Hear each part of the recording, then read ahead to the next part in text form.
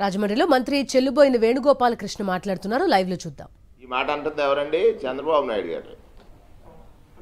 ఉన్న తరాల భవిష్యత్తును అంధకారంలో నెట్టింది నువ్వని, అది తెలుసుకున్న ప్రజలు నీకు 19లో బుద్ధి చెప్పారని ఇప్పటికీ తెలుసుకోలేని స్థితిలో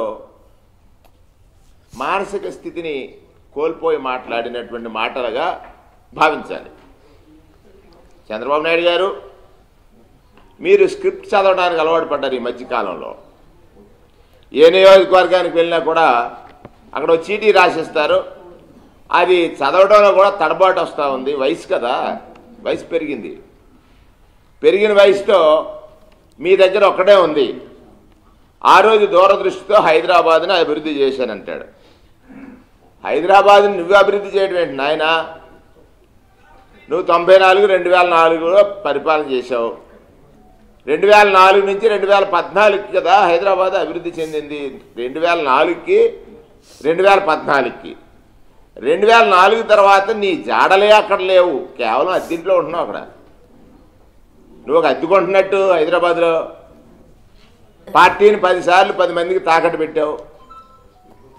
నీ మామగారు తెలుగు ప్రజల యొక్క ఆత్మగౌరవ రక్షణ కోసం తెలుగుదేశం పార్టీ పెట్టాడు.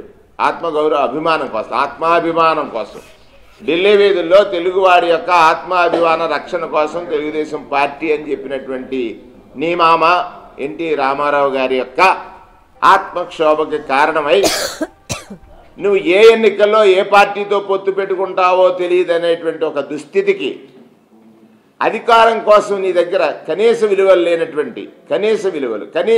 లేనటువంటి తత్వాన్ని ప్రజలు తెలుసుకున్నారు. కాబట్టి 2019లో నీకు సరైనటువంటి గుణపాఠం చెప్పారు. భావితరాల భవిష్యత్తు కాపాడుకోవాలనేటువంటి ఒక పదం ఏదైతే వాడావో దాన్ని నేను తీవ్రంగా, ఉన్నతరాల జీవితాలు నాశనం చేశావు. ఉన్నతరాల జీవితాలు నాశనం చేశావు. ప్రత్యేకించి సామాజిక న్యాయం అన్న పదానికి నీకు అర్థమే తెలియదు. ఈ రాష్ట్రంలో ఎన్ని కులాలు ఉన్నాయి? ఆ కులాల జీవన స్థితి ఎలా ఉంది? ఆ కులాల్లో జీవించే వారి యొక్క విద్యా విధానం, లేదా వారికి అందుతున్న విద్య పట్ల ఎప్పుడైనా ఆలోచించావా? నువ్వు 94లో ముఖ్యమంత్రివి. 97లో ఐటీ అభివృద్ధి చెందింది. 2007 వరకు ఫీజు రియంబర్స్మెంట్ లేక బీసీ విద్యార్థులు చదువుకి దూరంగా ఉంటే విజనరీయా నువ్వు? ప్రజల్ని బానిసలుగా చూడాలని నీ తత్వం, ప్రజలను ఎప్పుడూ కూడా బానిసలుగా చూడాలని నీ తత్వం, పెత్తందారుల యొక్క చేతిలో నువ్వు కీలు బొమ్మవే. ఆనాడు ఈనాడు, ఆంధ్రజ్యోతి, లేకపోతే TV5 ఇత్యాది వారి యొక్క చేతిలో నువ్వు కీలుబొమ్మవైపోయి వాళ్ళ రాసే రాతల చేత, వాళ్ళ చేత రాయించి అధికారం పొందాలని నీ తత్వం తెలుసుకున్న తర్వాత నువ్వు ఓడిపోయావు. ముఖ్యమంత్రిని సైకో అంటున్నావు. సైకో లక్షణాలు నీ దగ్గర కనపడుతున్నాయి. మానసిక స్థితి కోల్పోయి, అధికారం పోయిన తర్వాత మానసిక స్థితిని కోల్పోయిన వ్యక్తి చంద్రబాబు నాయుడు. నీకు సంక్షేమం అంటే తెలియదు. పాపం, సంక్షేమం అంటే నా సన్నక్షేమం అనుకున్నావు. ఆనాడు 2014, 19లో అధికారంలో ఉండగా రాష్ట్ర ప్రజలకి 650 హామీలు ఇచ్చి పక్కన పెట్టేసి ఏ ఒక్కడికి ఉద్యోగం ఇవ్వకుండా నీ సన్నగిచ్చుకున్నావు ఒక ఉద్యోగం, అది సంక్షేమం అనుకున్నావు. నీ దృష్టిలో సంక్షేమం అంటే సంక్షేమమే. నీ దృష్టిలో సంక్షేమం అంటే నీ సన్ను క్షేమం అనుకున్నావు. నీ సన్నను ముఖ్యమంత్రి చేయాలని తాపత్రయంతో రాష్ట్ర ప్రజలకు అన్యాయం చేశావు. ఏమైనా పోలవరం గురించి మాట్లాడే నైతిక అర్హత నీకు ఎక్కడుంది? ఈ రాత్రికి రాష్ట్రాన్ని తాకట్టు పెట్టేసి ప్రత్యేక ప్యాకేజ్ కోసం ప్రత్యేక హోదాని వదిలేసి దాని గురించి ఎందుకు మాట్లాడవు నువ్వు? ప్రత్యేక హోదాని, ప్రత్యేక తరగతి హోదాని ప్రత్యేక ప్యాకేజీకి తాకట్టు పెట్టేసావే.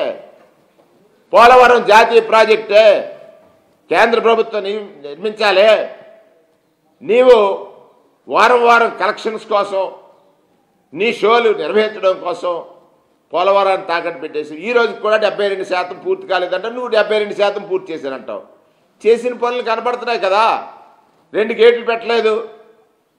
2 గేట్లు పెట్టని నీవు 72% పూర్తి చేసావా? అంటే ప్రజల్ని ఏమన్నా వాళ్ళకేమి తెలియదు అనేటువంటి నీ అభిప్రాయం దీంట్లో కనపడుతుంది. ఇంకో పెద్ద అబద్ధం. నేనేమంటానంటే ఈరోజు అబద్ధం ఒక సభ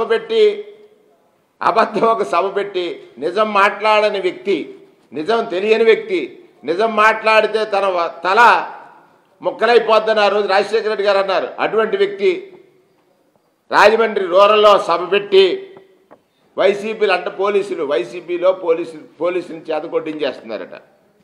అక్కడ నువ్వు నీ సభకు వచ్చినటువంటి నీ కార్యకర్తల్ని పైకి రాకుండా వాళ్ళు కొట్టుకోవడం నీ కళ్ళకు కనపట్లా. ఓ వ్యక్తికి పార్టీలో ఉండే స్వేచ్ఛ లేదని నువ్వు మాట్లాడుతున్నావు. నువ్వు ఆ రోజు 23 మంది శాసనసభ్యుల్ని సంతలో పశువుల మాదిరిగా కొని అనైతిక రాజకీయాలకి తెరతీపిన వాడు నువ్వు కదా.